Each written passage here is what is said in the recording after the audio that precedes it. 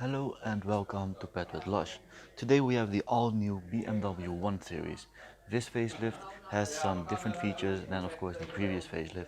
So we will take a look at this beautiful exterior, the interior and of course the infotainment system. So let's go.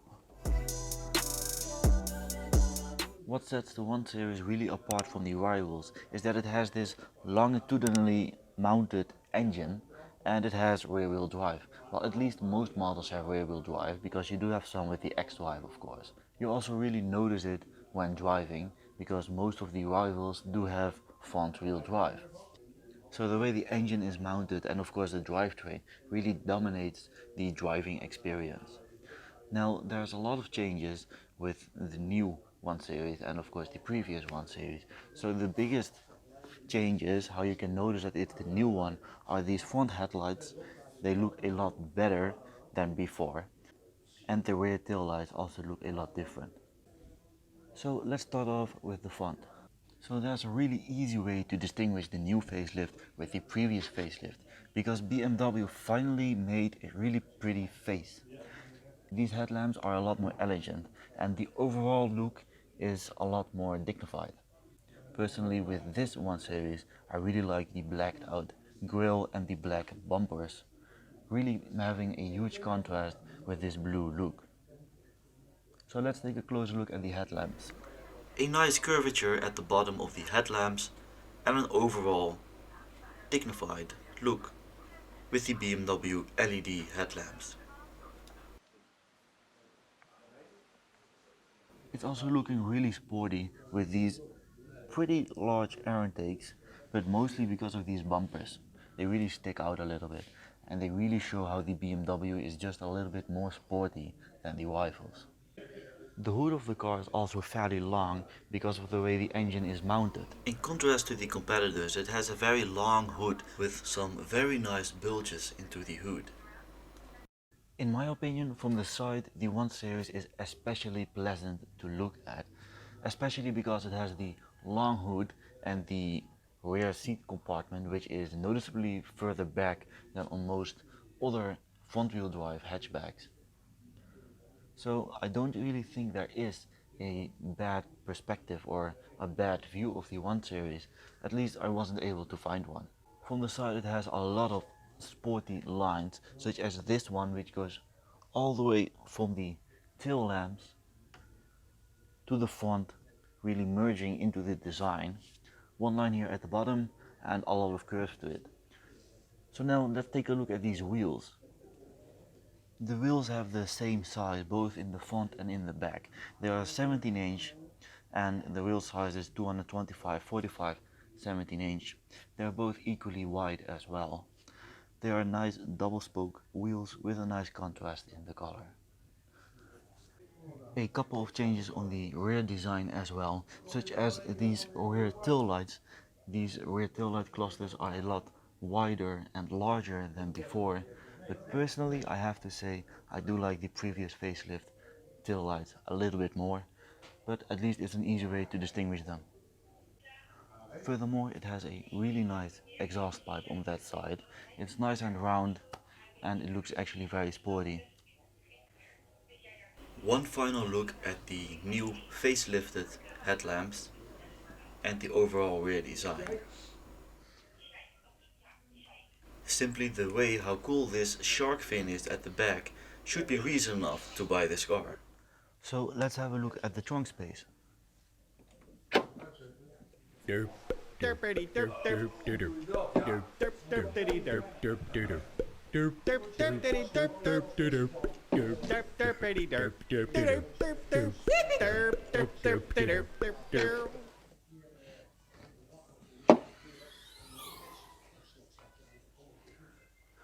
So the trunk space, this is about 360 liters of trunk space with the seats upwards.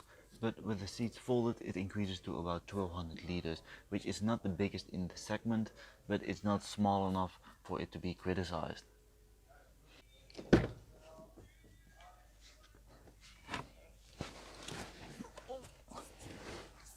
So yeah, the interior. Let's have a look at the interior design. And from the first look, I do like the gauge in front of me. I believe they took the speedometer from the BMW 2 Series, which actually look pretty cool. But overall, it gives a little bit of an old-fashioned design. Like these seats, they are not leather, they're pretty basic. They do keep you in position really well. So with these things here on the side, I believe that they would be very nice for when driving and going through a corner, but they do look a little bit basic. So yeah, it doesn't really feel like the interior of a 2019 car. I mean, it's not bad by any means, but for example, the new A-Class has a way better interior design and way better technology. And for example, the steering wheel and everything, it just feels a little bit old-fashioned. For example, I don't really see any design or color flourishing anywhere here in the interior.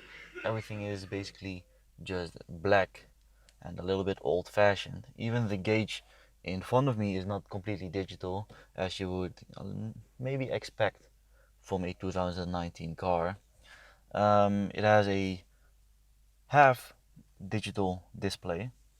The start engine button is here on the side, and instead of it being here in the center console like most new BMWs have, so I kind of feel like they could have had more color flourishes here and there and did a little bit more about the modern look in this car. I am a real fan of the aluminum look here in the middle.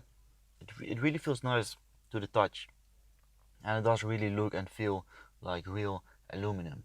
You have a very small center display over here, a little bit old-fashioned console and dashboard here with the air conditioning in the middle, and above it you have horizontal and slim looking vents.